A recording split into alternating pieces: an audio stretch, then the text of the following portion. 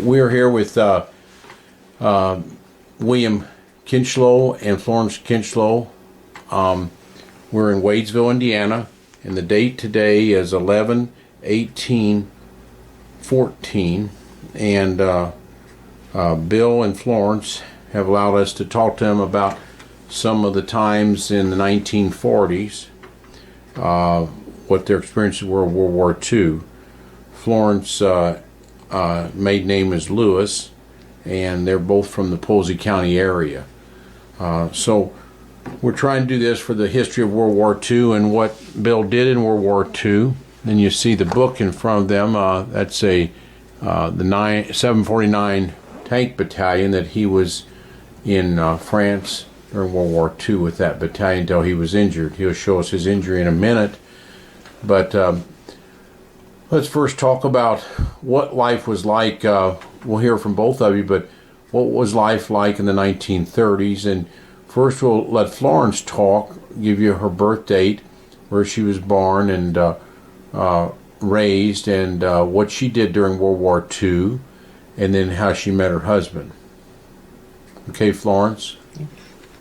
You ready? Birth date? 6/22/25. Okay. And what city were you born in, Florence?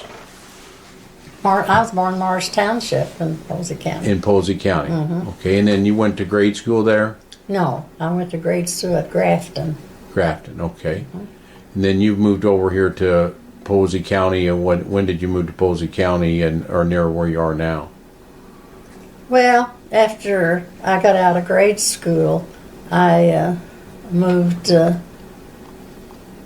between Springfield and Oliver, if you know where that's at. And I went to New Harmony High School, and that's where I graduated from. And then World War II happened December 7th of 41. Where were you that day when that happened and you heard about Pearl Harbor? Do you recall what you were doing? I was still home there, and then I went to Mount Vernon. I worked at Mount Vernon, and that's where I heard all about the wars there.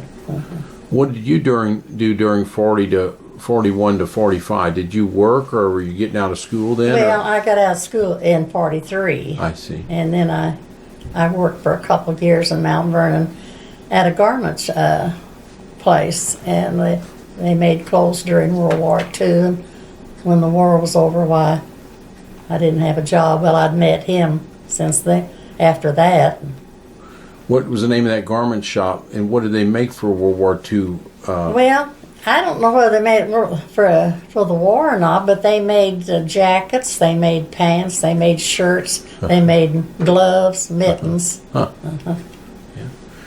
Okay, and then did you meet Bill before the war or after the war?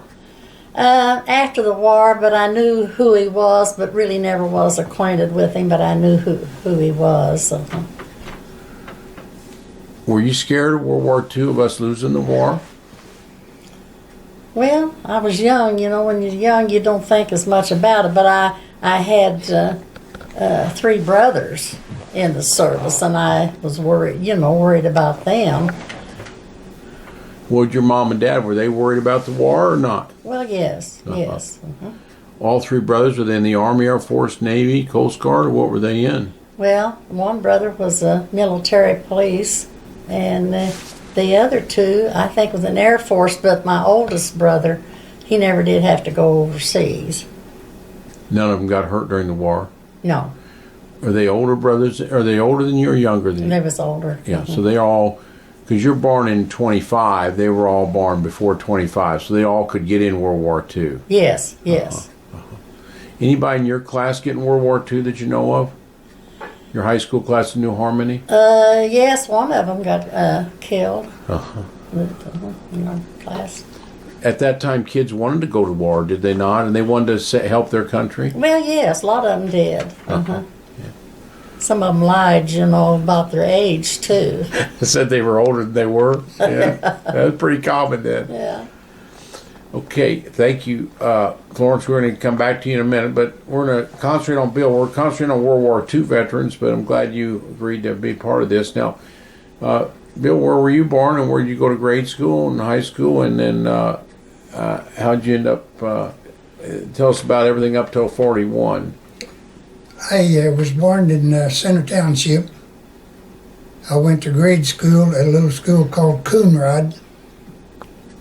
Then when I was in the 7th grade, I transferred to Wadesville High School, and that's where I graduated then.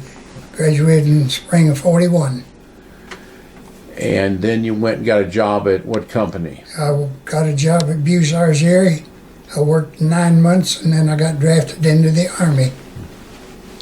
Tell us how important Bucyrus was to the war effort, and how they helped make the Panama Canal, and important for World War I and World War II. Just some of the things they did, not all of them. WWII contributed a lot to the war effort. They're the ones that furnished the machinery that dug the Erie Canal. And during World War II, they did a lot of work for machinery building airstrips, landing strips, building new roads, and so on. They built a lot of bulldozers and backhoes and drag lines. Right. That was their main things. And that was their main thing they built. so CBs and construction things in World War II, they needed a lot of things from Bucyrus. Yes. So you had a job there out of high school, and then all of a sudden you went to war. Can you tell us about where you signed up to go to war, and where you went to boot camp, and then where you were trained before you went over to England and then over to France? I was drafted in January of 43. We went to Evansville and took our physical, went to Indianapolis, had another physical. Then they sent us off to our camps where we trained. I went to Camp Bowie, Texas. I was there 1 year training. January 44, we went to England, did more training till the invasion of France, and then we went to France. Can you tell us about some of the training in England? Did you work in the hills with your tanks and practice shooting and things like that? Was it Yes, right out of England or up north of England? We had a lot of target practice with our big guns and machine guns, and a lot of practice in driving, a lot of hills, mountains. So you practiced during 43 and 44. You went over in June of 44, so you were practicing during the first part of 44 over in England? Yes, How long were you in England before you went over? from January till To end of June. Yes. A lot of practice time. Did you have any downtime? Very little downtime. They kept everybody busy. They kept everybody busy.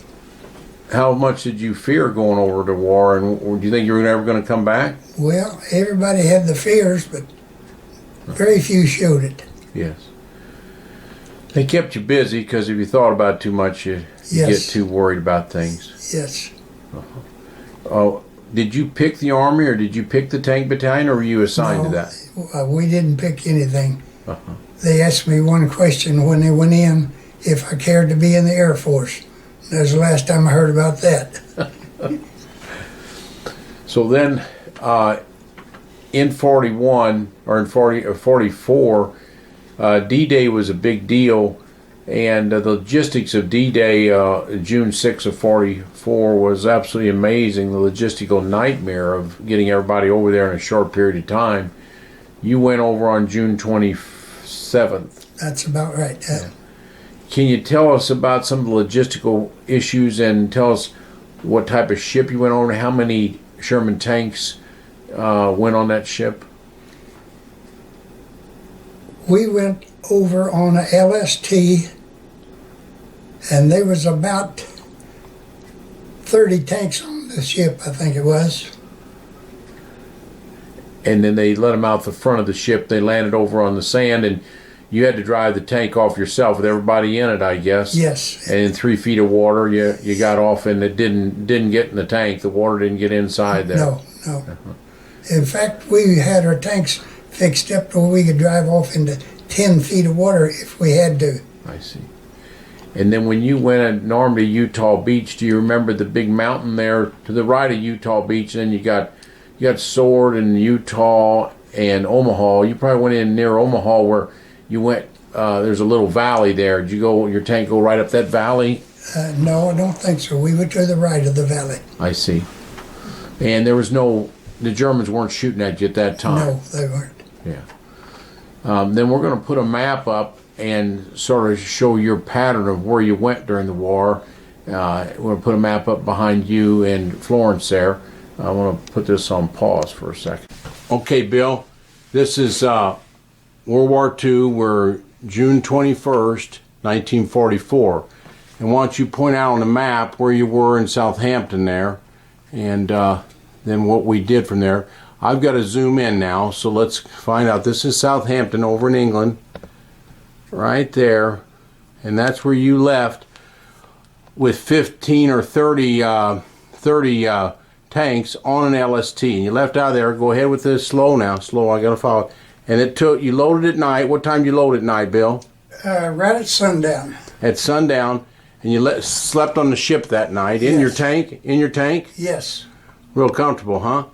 Real comfortable. Yeah. Then keep on down. Okay, I'm right with you now. You came right on down. Show us where you're going to. You're going to Utah Beach there. Utah Beach, right here. Everybody came in there, and then the tank. Tell us how the tank got off the LST right there. We all drove our tanks off the beach. The whole crew was in the tank. Drove off the beach into about 3 feet of water, and up on the shore. Uh-huh. And then follow your trail. Then you got up there and you went another 600 miles before you were wounded. But 600 miles, let's follow that trail. Just there you are in Port-au-Prince, a little slower there. And that yellow trail was where your tanks went. Your tank battalion had 80 different tanks in it. Is that about right? That's about right. And some infantry with you. Maybe you had 800 men and maybe another 1,000 in the infantry or more? Yes, more.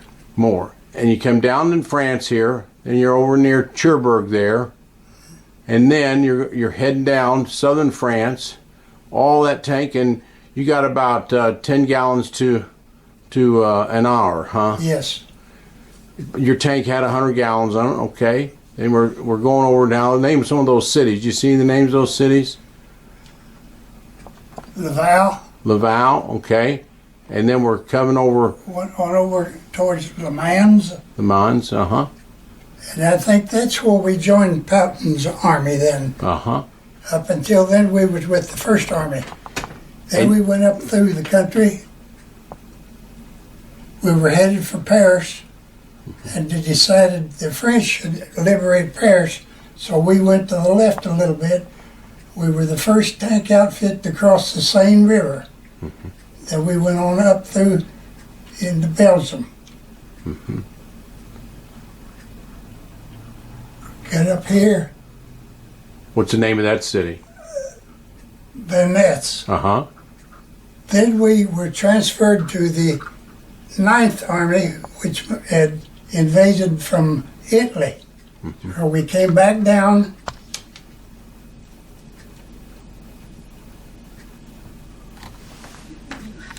And Charms, that's about where we joined up the 9th Army then. Uh-huh. And we went on through here. Uh-huh. Up through here, up to Luxembourg, back down to Metz. To Metz. We're about October now, or not quite October? Close to October, yes. Uh-huh. And then we came on down below Nancy. Uh-huh. And up in here, October the 24th is where I was wounded. And tell us about that wounding. Tell us how that happened. What city's that near? Nancy? Yes, that's near Nancy. And now you're in what country? We were still in France there. Yeah. Okay. And it's October 21st of 44. 24th October. Okay.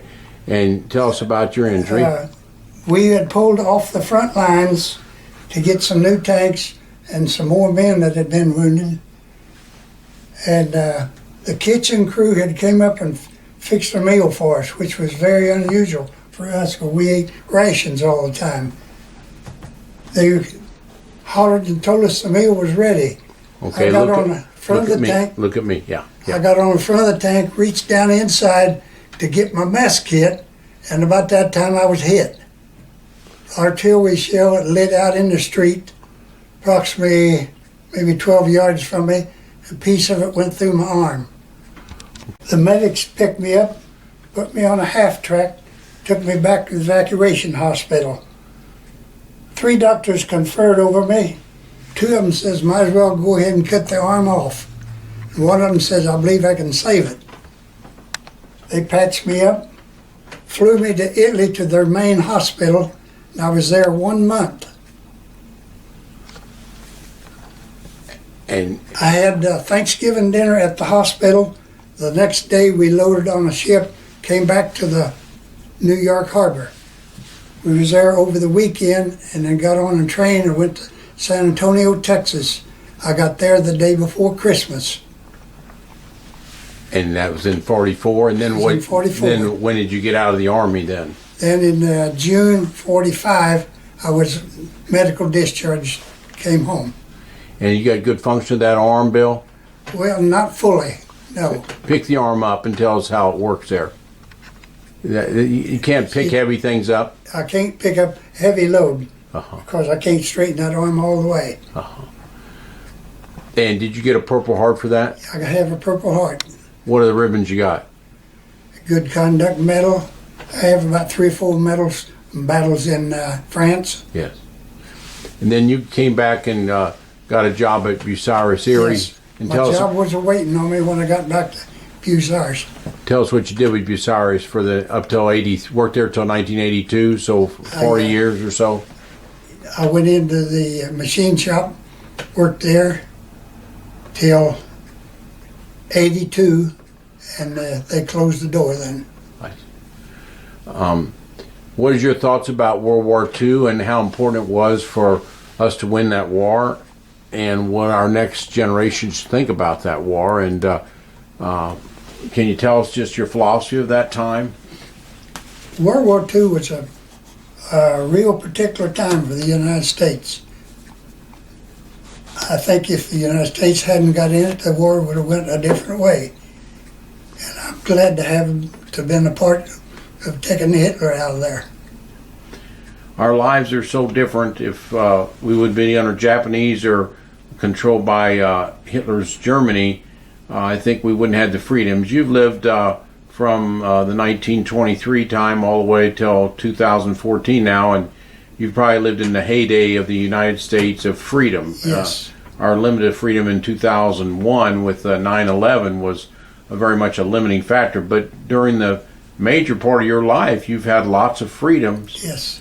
But you helped us get that freedom by your possibly offering up your life. And out of 14 million soldiers in World War II from the United States, we lost 450,000 or so. So you probably had some friends that you lost. Oh, yes.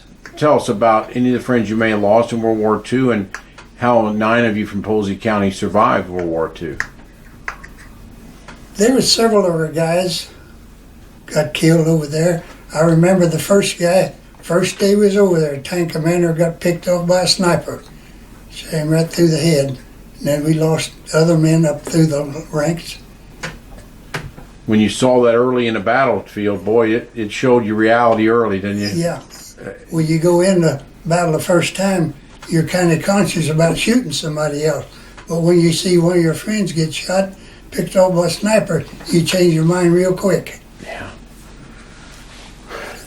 The fear of war is every young man and woman that goes to war, they have a tremendous fear, and yeah, I'm sure you had that fear each day, but the busyness got over some of that. But, Oh, yes. well, we have to thank you for all you did for World War II, and you got 2 sons here and a wife, and had a good life, but all of us had a good life because of what you did for us. Appreciate that. Do you have any other comments for the people about your experiences in World War II or what the next generation needs to know? I can't think of anything to say right now. Okay. Thank you very much, Bill Kinchloe. You're welcome.